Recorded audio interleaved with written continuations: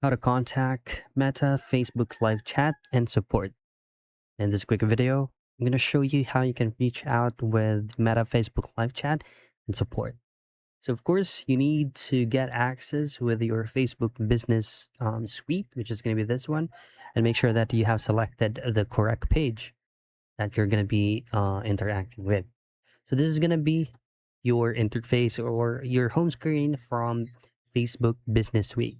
At your left side, you should see these options such as search and then choose on help once again.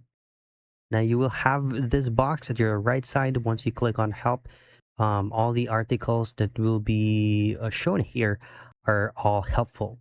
But which one I have to choose from here for you to reach out a live support or chat is to choose on contact support.